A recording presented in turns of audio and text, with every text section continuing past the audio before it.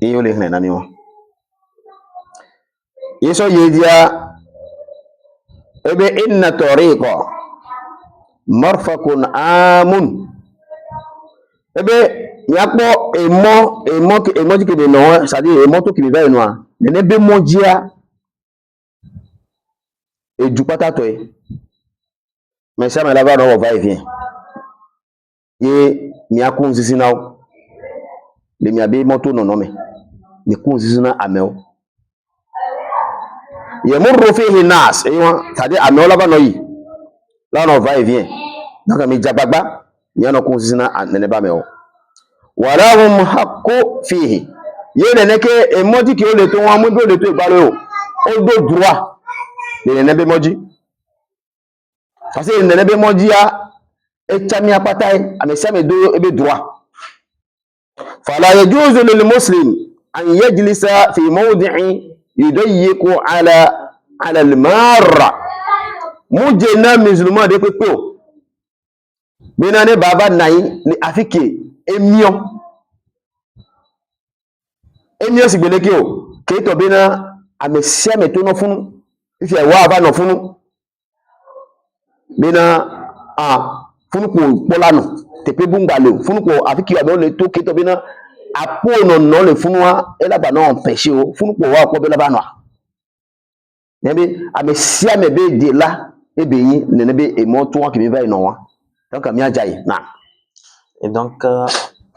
c'est en quelque sorte les droits de la route, ce dont on vient de citer. C'est les droits que la route a sur nous qui restons au bord de la route. Et donc, après ça, donc nous qui restons au bord de la route, on porte à notre connaissance que cette route-là a des droits sur nous. Et également, cette route-là, c'est quelque chose qui appartient à tout le monde. Voilà. La route, ce n'est pas pour une seule personne. يمر فيه الناس ولهم حق فيه فلا يجوز للمسلم أن يجلس في موضع يضيق يعني نعم يضيق على المارة. Donc c'est quelque chose qui appartient à tout le monde et ce n'est pas, c'est interdit sur quelqu'un de prendre possession de cette route-là. On sait que la route est petite et quelqu'un vient se positionner de manière à empêcher les passagers et les motocyclistes de passer. Donc ça, c'est interdit pour quelqu'un. Pourquoi? Parce que la route, c'est quelque chose qui appartient à tout le monde. Et chacun a des droits sur une route. Voilà. Ye nenebe moji nonoa yani egba yinde ke to bina mingba no funo ke to bela no na ame o veve sese o ela on so veve sese na o so kudo mi abe funu nononti ni quoi non. Donc également le fait de rester sur la route, faut pas que le fait que vous restez sur la route donne ou bien provoque un mal aux gens. Elle a soit mais odo tukadame mais elle ba no do agu de telle manière que go la vaille. Donc ça va les faire rencontrer de problèmes avant de passer sur la route. Voilà. C'est pas bon. Et nous ke munyo yo islam a e fiomi nene benu nam e de beni ayen e so ye dia ke to bina nene benu e la no he yani fitina ba e la no mo shakko ba ni quoi tukada kudo veve sese e la no he va now c'est pas bon ni ajayi so ye dia kimi gban bena tutugbo ele yin bena mi adidi mi abe rétroviseur ele mi abe nkun alomu nene ya donc ebe fa'alla man jalasa fi taraf at-tariq an yaghudda basarahu amma la yahillu lahu donc le funu me eje bena ameke eja na ido motwa ni badidi ebe far ebe nkume ngba no po enu ke eyin haram ne o ngba no po enu ke to be no muyin halal ne o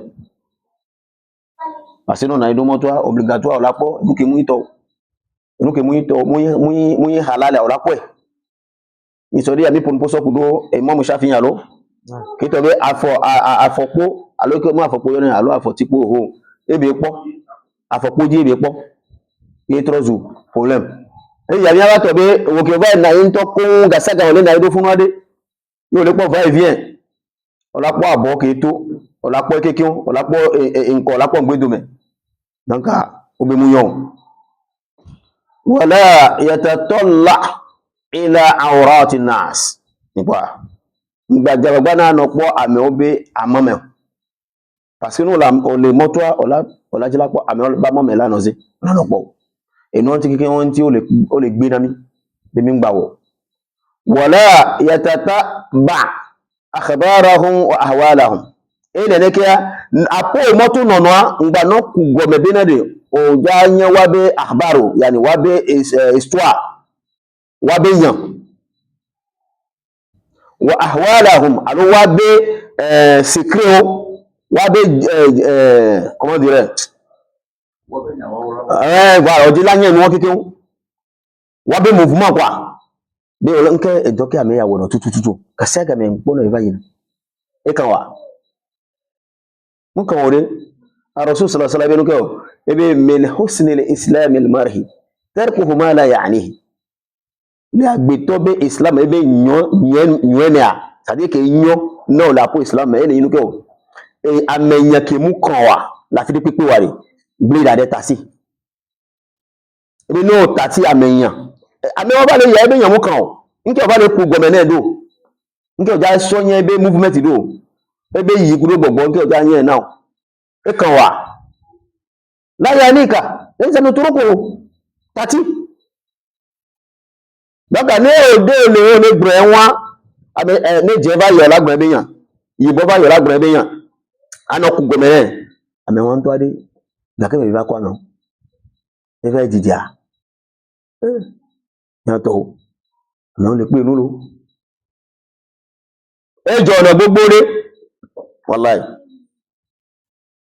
ngrade na mi po didi fifi mbe obe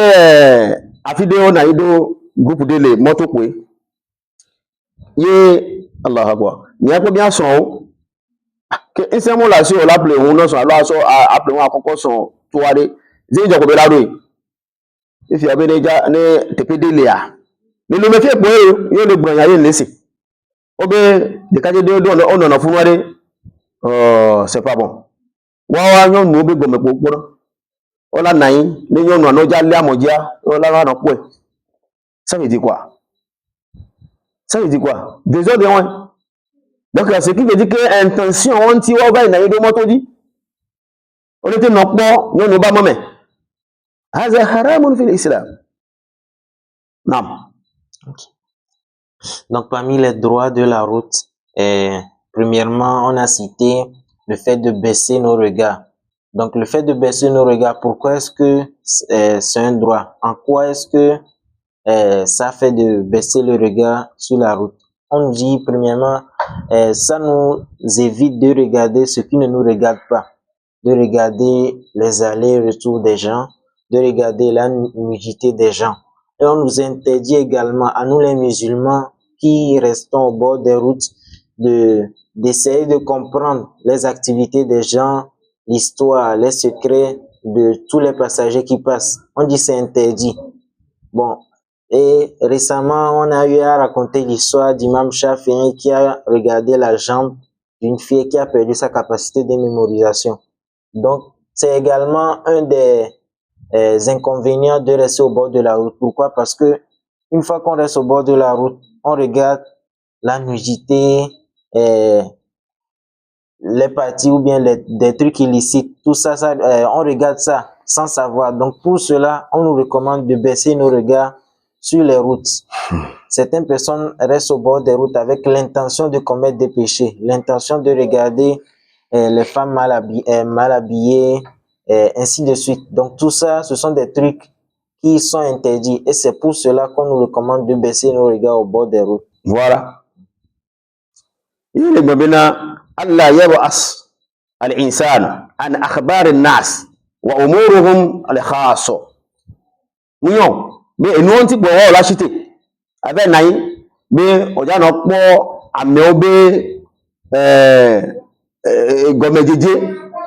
alo wa be leke bo na do ma wa be secret alo afi emoke o le to le po gama